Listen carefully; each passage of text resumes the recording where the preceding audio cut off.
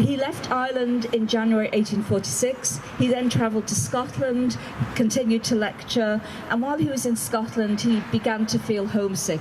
He wanted to go home to his wife and 4 children. And at that point, he had some income, and he used some of his hard-earned money to buy himself a fiddle. And he taught himself to play the fiddle, and whenever he felt lonely or homesick, he would play, and he'd say he then felt as happy as a cricket. A group of women in England realised he wanted to go home and purchased his freedom for him. And so in April 1847, after 20 months away from home, Frederick returned to the United States. But he returned as a changed man. He no longer wanted to be under the sway of the white abolitionists in Boston. And so he moved to Rochester. And Rochester was a centre of women's suffrage activity.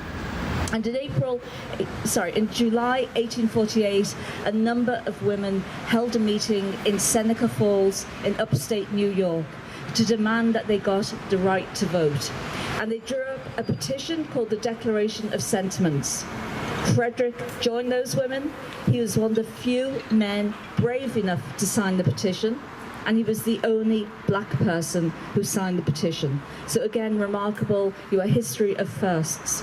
And women were very important to Frederick in so many ways. The day he died, and he was age 77, he had attended a women's suffrage meeting in Washington. The women gave him a standing ovation. He came home to his wife, Helen, was telling her what had happened, and had a massive heart attack and died.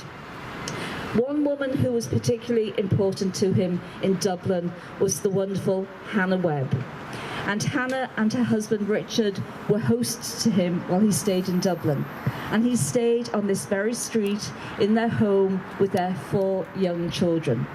And Richard and Hannah ran a printing business, and while he was here, they printed Frederick's narrative. 2,000 copies, which sold out within a few weeks. So they printed a second version. And again, here Frederick finds his voice because he insists on writing his own preface. Unheard of for a former black slave to actually introduce himself. So again, we see how Frederick had changed. But I'd like Hannah to tell you what it meant to be with Frederick Douglass during his stay.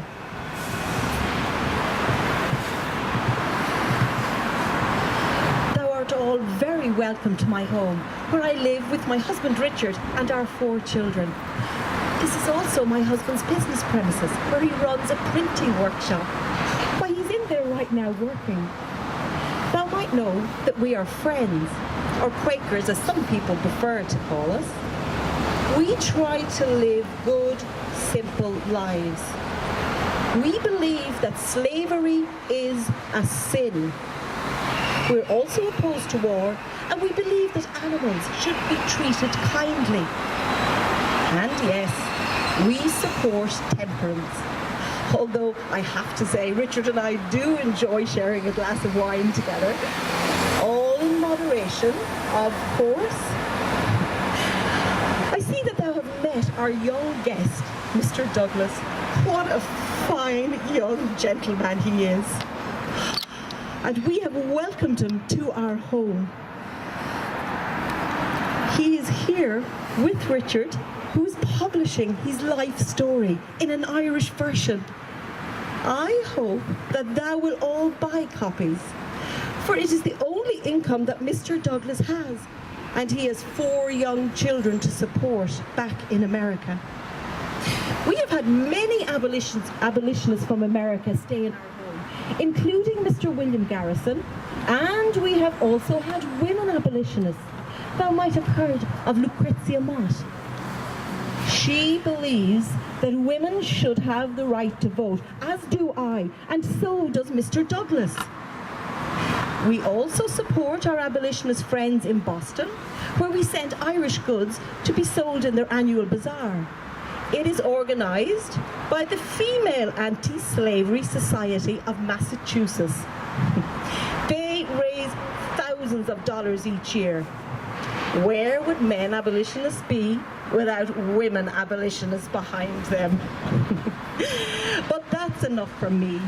I expect that thou have come to speak with Mr. Douglas.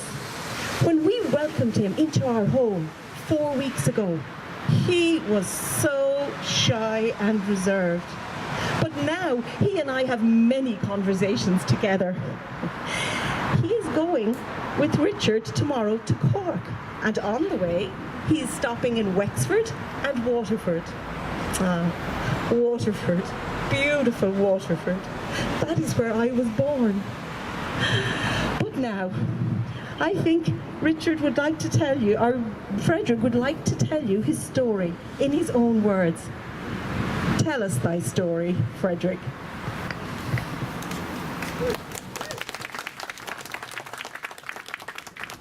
So before we hear from Frederick again, just to round up the story of Frederick, Frederick left Ireland in January 1846.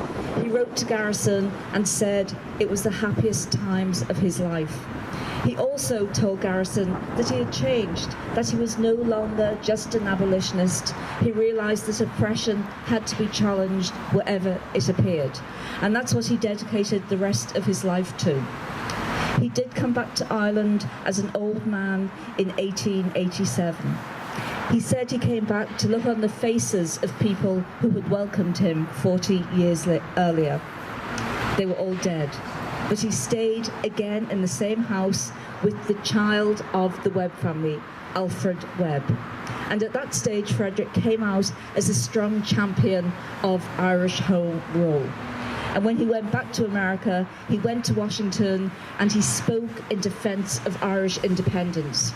Again, he was the only black person on the platform. And with his usual self-deprecation, his usual good humour, he started his speech by saying, "I am not an expert on home rule, but I come here to give colour to this meeting." So 2 years later, Frederick, although he was aged over 70, was offered the position of Consul General of Haiti. Haiti, the first black republic in the world. Haiti that had been shunned by most of the nations and had gone from being one of the richest areas in the world to one of the poorest. And of course he accepted. And he stood up to America, to his own government, when they wanted to recolonize Haiti. And he resigned and refused to let them. And in a speech about Haiti, he likened the history of Haiti to that of Ireland and quoted O'Connell. So towards the end of his life, still Ireland, O'Connell are shaping his political philosophy. But now I would like Mr. Douglas to let you know what being in Ireland as a 27-year-old fugitive slave meant to him.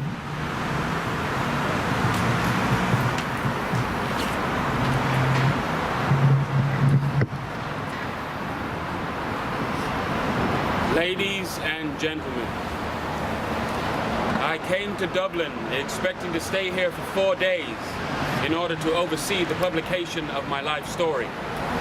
But I've now been here for a month.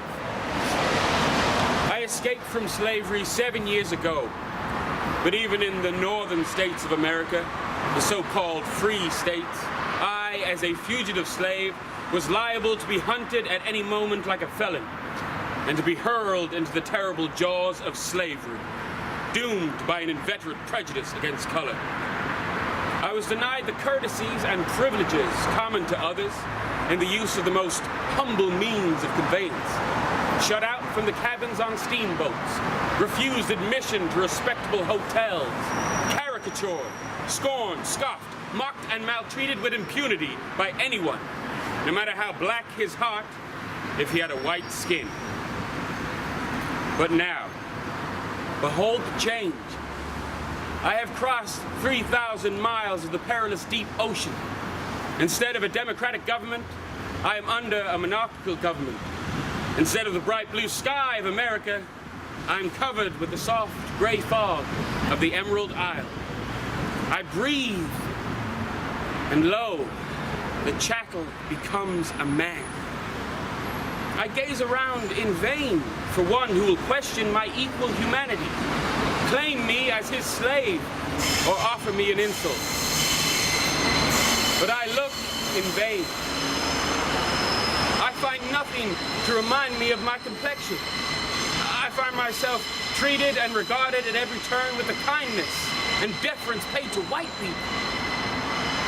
I'd been in Dublin but a few days when a gentleman of great respectability kindly offered to conduct me through all the public buildings of this beautiful city. And a little afterwards, I found myself dining with the Lord Mayor of Dublin.